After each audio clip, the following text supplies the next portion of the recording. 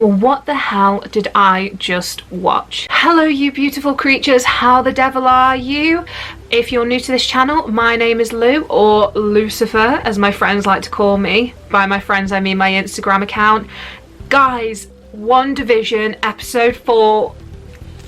I really can't get over how good it was. First and foremost, did anybody else feel like it kind of became the MCU that we are familiar with? So I was having this conversation with my dad, and he said the first couple of episodes, it kind of doesn't feel Marvel at all. It really doesn't. Sure, you had some of those tidbits of sword, this, that and the other, and you had certain things kind of trying to break into the whole Wanda field. That's what I'm calling it at the moment.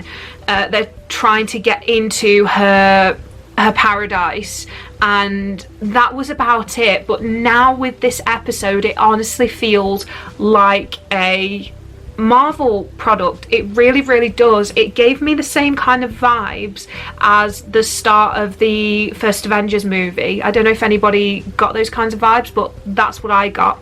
So we've got a lot to unpack here and digest, and I want this video to be kind of like a introduction for people who aren't necessarily savvy with the comic books, talking about Sword, what that's all about, talking about the small things in the background, this, that and the other. So stay tuned on that and we will get started. So the first thing that I want to talk about is SWORD, and that stands for Sentient World Observation and Response Department.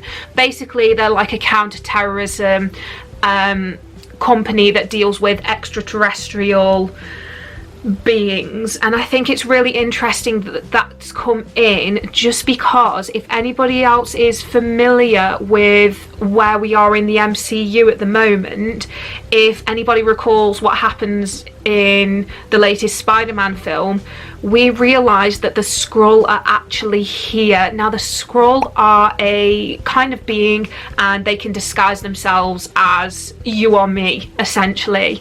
And I just think that's really exciting, because that was such a massive arc in the comic books. So there was this massive arc where, you know, you literally didn't know who was a Skrull and who wasn't. So I just think that's really exciting at the moment that they brought that in. Also the fact that it works in the whole Monica kind of concept. So the lady we see being yeeted out of the Wanda field, that is Monica Rambeau, and she is Marie Rambeau's daughter, and we know that Marie is best friends with Captain Marvel. Now we basically find out that Marie was a part of the snap, a part of the blip. So she kind of came into this. Her mum developed a terminal illness, which is really sad because I really like Marie, and she comes back out the snap and she realises that her mum is no longer with her, which is a massive shame. She then goes back to SWORD, so she's working for SWORD now, which I think is really cool, obviously because she's entwined with Captain Marvel, and she kind of defends the idea that there's not just enemies out in space, but there are allies as well. So when we did kind of leave off with Captain Marvel, the Skrull were seen as allies, but then on the flip side you've got the last Spider-Man film where they're slowly starting to take over. So however that entwines, maybe they're using WandaVision to bring in those concepts for the next phase in the Marvel cinematic universe. We don't know, but what we do know is Monica, she essentially is, if nobody knows, she in the comics becomes the second Captain Marvel, and she develops her powers. Now this is really exciting. So she develops her powers after being bombarded with extra-dimensional energy. Now I thought that was really exciting, because when Monica is yeeted out of the Wanda field, she's crackling with Wanda's energy. So that's something really exciting. We don't know if she's going to change after this whole experience. We'll just have to wait and see what happens. But now that Monica is out of the field, she can tell the rest of the Sword agency what's going on and how they can deal with this. We are moving on to Dottie and Agnes. So after kind of realising that all of the townspeople within Westview are actually not kind of beings that have just been made up by Wanda, but they are living beings, and they're, you know, their mental states have been warped, so they play these characters. We realise that every single character we have come into contact with is essentially playing a part. So Herb, the Doctor, the Mr. Hart and his wife in the first episode. However, there are two people that aren't mentioned, and that is Dottie and Agnes. And I honestly think, and I think it fits in with everybody else's theory, that Agnes is Agatha Hart, and she has a much bigger role to play in this whole thing. Dottie could potentially be Mephisto.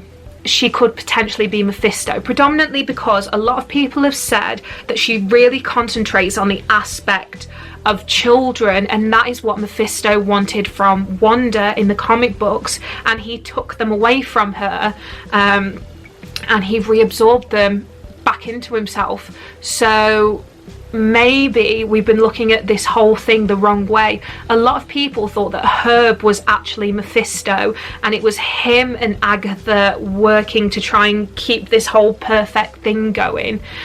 I thought it was quite interesting though that Herb started to basically tell Vision that something's not right. Now, he seems like the only one that's really kind of started to break out of this whole mental brainwashing. Obviously, Agnes tells him, no, don't do that. And I think it's because they are literally terrified of what Wanda can do. We have now seen this side of her where she's started to become a lot more cold, a lot more demented. But at the flip side, if you remember the scene where she got rid of Monica, once she got rid of her, she seemed to kind of snap out of this state. So I'm wondering if Wanda's mind is truly beginning to fracture, and I am starting to see a very villainous side of Wanda. Also, if you guys have seen the trailers, the sneak peeks as well, there is a section where Wanda and Vision are, they look like they're at ends with each other, and they look like they're about to have a massive confrontation. So I don't know if Vision might be the one to actually snap her out of it. Speaking of Vision, can we just talk about the elephant in the room? If you saw that section where it was dead Vision,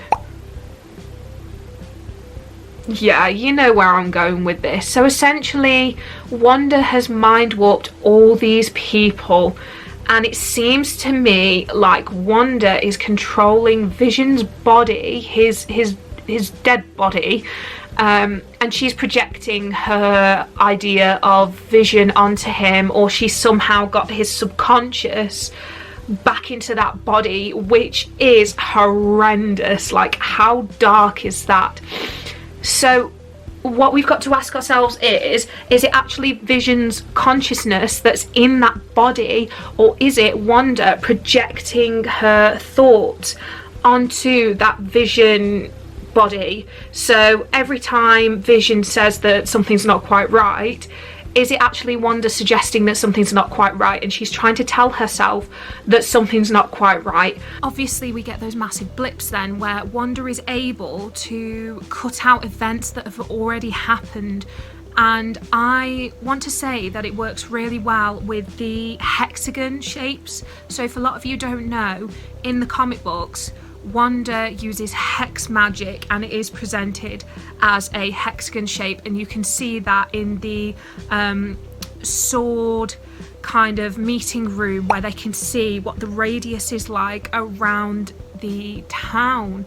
And I honestly think we are at a point now where we're seeing how strong Wanda is becoming. So she is starting to awake that hex magic. She can warp reality, she can warp people's minds, people's mentality, and I honestly think that's really, really scary. It kind of gives you the same vibes as when we first met her properly in Age of Ultron, and you could see how she really played with people's minds. So I think that's a massive thing. I think it's a really, really dark thing. So I think from now on, all of the positive vibes, all of the feel good and happy and chill stuff, that's gone. That's absolutely gone. And I believe the next episode is the Halloween episode, and we do get a lot of clips from that episode where everything just seems to go really, really wrong, and there doesn't seem to be that homely feel that we've had in the first couple. We've been led into that false sense of security. Now this is the time where we see Wanda just absolutely lose her mind. We get to see Vision kind of becoming more aware that something's wrong. So it's very confusing at the moment. Like a lot of people said online, this episode answered so many questions, however it asked so many more. So is Vision an extension of Wanda's mentality, or has he got his own self-awareness, self-consciousness back, and he's just a self-aware dead body that's trying to uncover all of this? We don't know. So I really think in the next couple of episodes that will be addressed. So we'll just have to see. Again, it's all about a lot of speculation, what could potentially happen. I know in the past that the beekeeper, so I thought that was really cute. Well, cute, interesting. When the beekeeper came through, he was actually a sword agent in a Haz suit, and it became a beekeeper suit because it fit in with Wanda's perfect world. We all kind of thought that it could potentially be something related to AIM just because of the way the suit is. However, it isn't. So again, it's all speculation. It's all, like I said, with the helicopter that I thought was Iron Man themed. It had the same colours as Iron Man, but it wasn't Iron Man. It was the fact that it was sword. Also, before it actually goes into the Wanda field, it's in the colours of Captain Marvel, which is really nice. So that's a little nod to Captain Marvel as well. But it's all just warped, and I'm very curious if they start sending more things in, what's going to happen to those things, because they've already seen what's happened to those agents. I mean, as far as we're aware, the guy in the beekeeper suit, we don't know what's happened to him. We really don't know what's happened to him. Monica is the only one that's come back, and hopefully in the next couple of episodes, the information she's gained from all of this can help the agents to figure out what's going on. What do you guys think is going to happen in the next couple of episodes? I honestly think Doctor Strange is going to get involved. We have to see something to do with Mephisto. We have to, and we need to find out what Agnes's real agenda is. If she is Agatha Harkness, I really, really think she is, and the fact that she is wearing a witch's costume in the Halloween episode, I really think that gives it away. So I'm very excited for that. The fact that we don't know Dottie's true agenda as well, so the fact that she wasn't picked out when all the townsfolk were picked out, that's very interesting as well. So I'd really like to know what you guys think about that as well. Could she be Mephisto? We don't know. We really don't know. All I know is I'm really excited for the next episode. I hope you guys are excited for it too. If there's anything else you want me to review, please let me know. I'm really enjoying these review videos at the moment, particularly the Marvel, the horror ones as well. So yeah, just let me know. I'm more than happy to review anything you want me to. I hope you've had a good day. If not, that's okay.